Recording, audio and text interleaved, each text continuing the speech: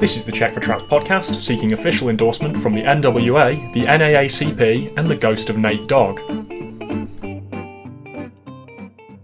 So, Aaron, Undercover Brother. Undercover Brother. Oh yeah, I mean straight away. He was absolutely shit at being undercover. And he was only half good at being a brother. That's true. Yeah, he really betrayed his brotherness. First 2 missions as Undercover Brother, he was revealed on the job as being Undercover Brother. Instantaneously, nearly. And entirely his own fault. And then at the end of the movie, he seemed to willfully reveal himself as not being James Brown, but actually Undercover Brother. A role that he can't quite pull off. So we're going to review Undercover Brother. Yep. A film the Wayans didn't make. No. But I think we both watched under the guise that it was a film that they did make. That was the assumption. We were like, everyone seems to be really enjoying Don't Be a Menace. Yep. So let's go watch another Wayans classic. And somehow we failed. Turns out we were racist. At that, because this was just made by one of the Lees. Yep.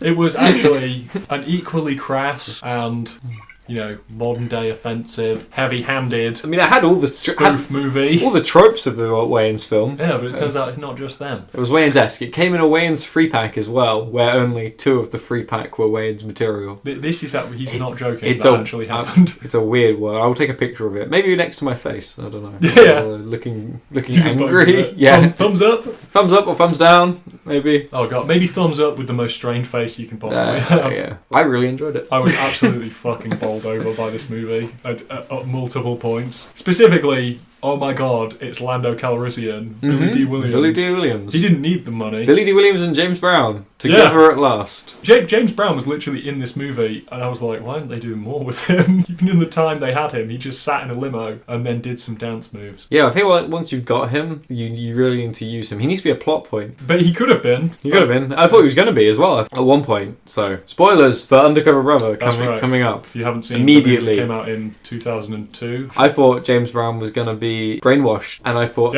another icon of black culture was going to be destroyed. That's right. Given the overall tone of the movie up until that point, it was, they were compromising black icons and aspirational black political figures. I thought the attitude that the film had kind of pointed in the direction of them saying that almost the last bastion of black culture to compromise was James Brown. Yeah, that was the end game. The zenith was to make James Brown be, really, really white acting and enjoy mayonnaise, which is a big point of contention in the movie, because apparently, according to Undercover Brother, sorry, officer, I only said what the movie told me to say, but black people entirely hate mayonnaise across the whole black population. The whole black population hates mayonnaise. The whole white population loves it. Yes. I mean, obviously... I won't date someone who doesn't eat it. Yeah.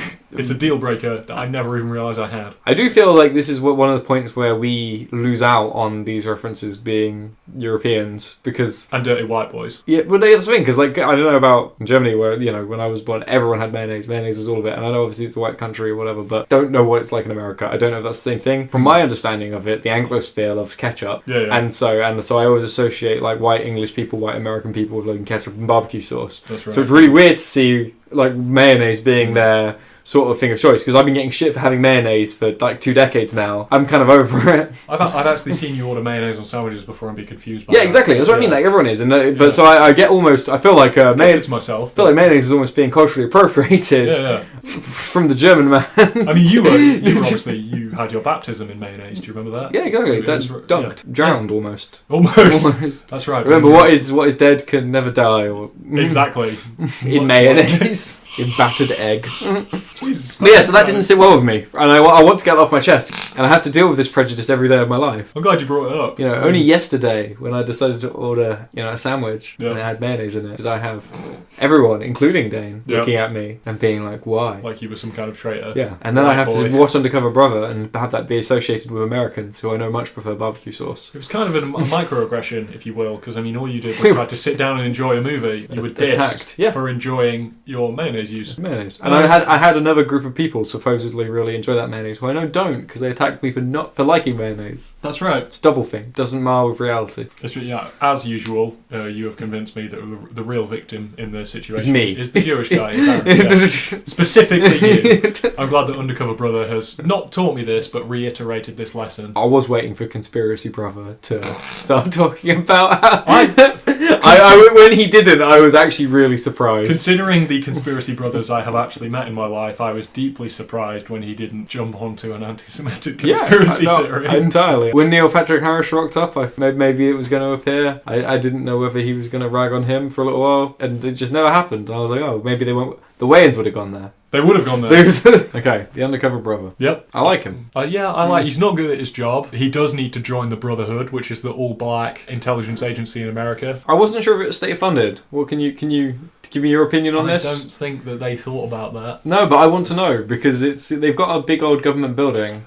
They have an affirmative action policy, which implies that they are beholden to the government. But it seems weird that they would... That's true. They definitely comply with government legislation, but they seem to be, if they seem to be running counter to white patriarchal America. But I kind of like the idea of America giving two separate ethnic spy agencies competing budgets. This is the one for the white people and this one for the black people, and we'll see who wins. Yeah. And may the best man win, or sister. There's something inherently capitalistic about empowering two separate spy agencies with competing agendas in your own economy. And they've all got their own diversity hires as well. Yeah. It feels like a Jordan Peele. It feels like a Boots Riley sort of. You could really riff on that. Yeah, it does. It does seem like a sketch. And yeah, it's a movie that, while it's a comedy, it seems to take in that idea kind of unironically. Completely unironically. Yeah. The Brotherhood. I'd somehow forgotten about this until we discussed it earlier, but my favourite and most shocking part of this movie was definitely Billy D. Williams wanting to run for president, and then the man compromising his mind to the extent that not only did he not want to run for president and advance the living standards of black people, he also wanted to open a fried chicken chain called The General. Yep, The General, so he could stamp them down further. When we were watching that, my mouth was literally like hanging jaw disbelief. This is why I said, from the earlier commentary, I don't think we can get much more edgy than this film does in a 2019 context. It's just entirely unacceptable. They would have burned the fucking cinema down. Yeah, exactly. Yeah. And I love it. And again, I think as we dive into pre-2012 cinema, it continues to delight.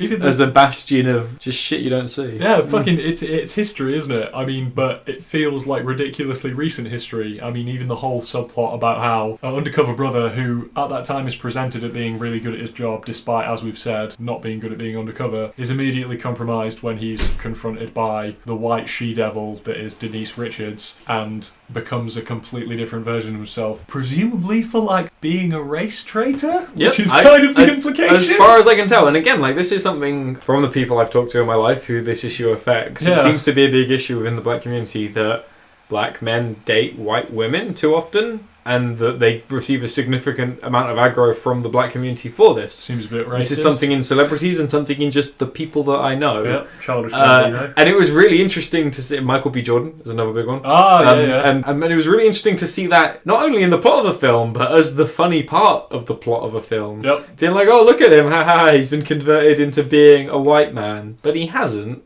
not just the plot and the funny, but the central crisis. Yeah. His having been tempted by a white woman. His closest part of downfall is when he is wearing slacks. Yeah. Wearing slacks and eating mayonnaise before he's finally brought back into the fold and pairs off with sister brother. Yep, very deliberately as well. Yeah. I mean, geez, there's all sorts of subtext that could be... There's fucking so much to read into there. Yeah, it's almost not worth it for the fucking quagmire. Yeah, absolutely. I think we will just leave that one. And say, please ruminate on the inherent... I mean, I don't even know how we can earmark this and have people understand like where we're coming from. What we're saying is... we think that it's quite racist and that we want you to think long and hard about what this film is trying to tell us about race relations. Yeah. And not in any political way. Just please leave your comments, leave your thoughts. It's just it only references the idea of white people and black people coexisting or entering into relationships with each other as a bad thing. And that's really fucking crazy. Big fucking studio decided that was fine. Yeah, they were like, oh, great. I mean, this is these guys, Undercover Brother. We were watching, we obviously put this on to just like be like, ha ha ha, what a ridiculous movie. Yeah, we were like, oh, what a funny Wayans film, which it wasn't. Yeah, it wasn't that either, which portrays our own inherently held prejudices, but Jesus fucking Christ. I mean, I wasn't expecting it at all. I was essentially expecting a Superfly parody. Yeah. What I got was a man who liked to dress like Superfly, engaging, I don't know, sort of like a Matrix parody. Like, there's like loads of Matrix callbacks. Sneaking around the office, stuff like that. That was a big part of it. I guess it's probably a bit more like Austin Powers than anything, because it's like a man out of time. But it's not like he's like been frozen or anything. He is just a man who has inherently 70s sensibilities in the 2000s. That's right. In like the internet era. He's righteous, as they would say. So we've done the plot, I feel, basically. Let's go into the characters. So who's your favourite? Smart Brother. Smart Brother. Smart Brother was my favourite. Is it because you learnt that he's Uncle Ruckus? That was a big turning point for me.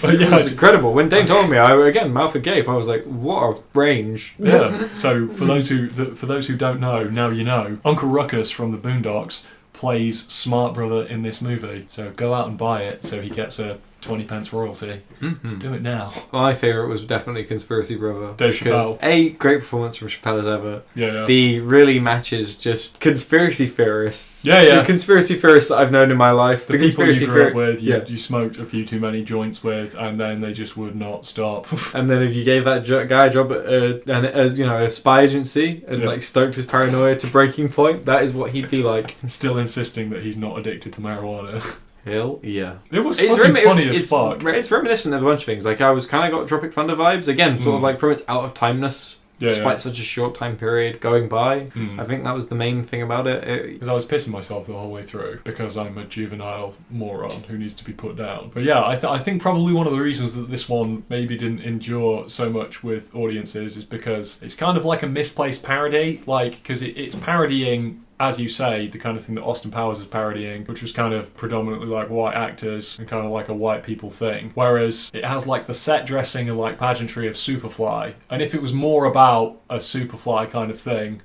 do you know what I'm saying? Yeah, I agree. Yeah. It's a spy spoof. If it had been critiquing Superfly and blaxploitation in the same way that Black Dynamite was, then that would have been really interesting. Yeah. As it stands, it's like a Austin Powers thriller, but with the blaxploitation aesthetic. I thought when you said that Undercover Brother 2 is perhaps having Michael J. White, then I was like, oh, that makes a lot of sense, because I feel like the best version of Undercover Brother is basically Black Dynamite. Dynamite.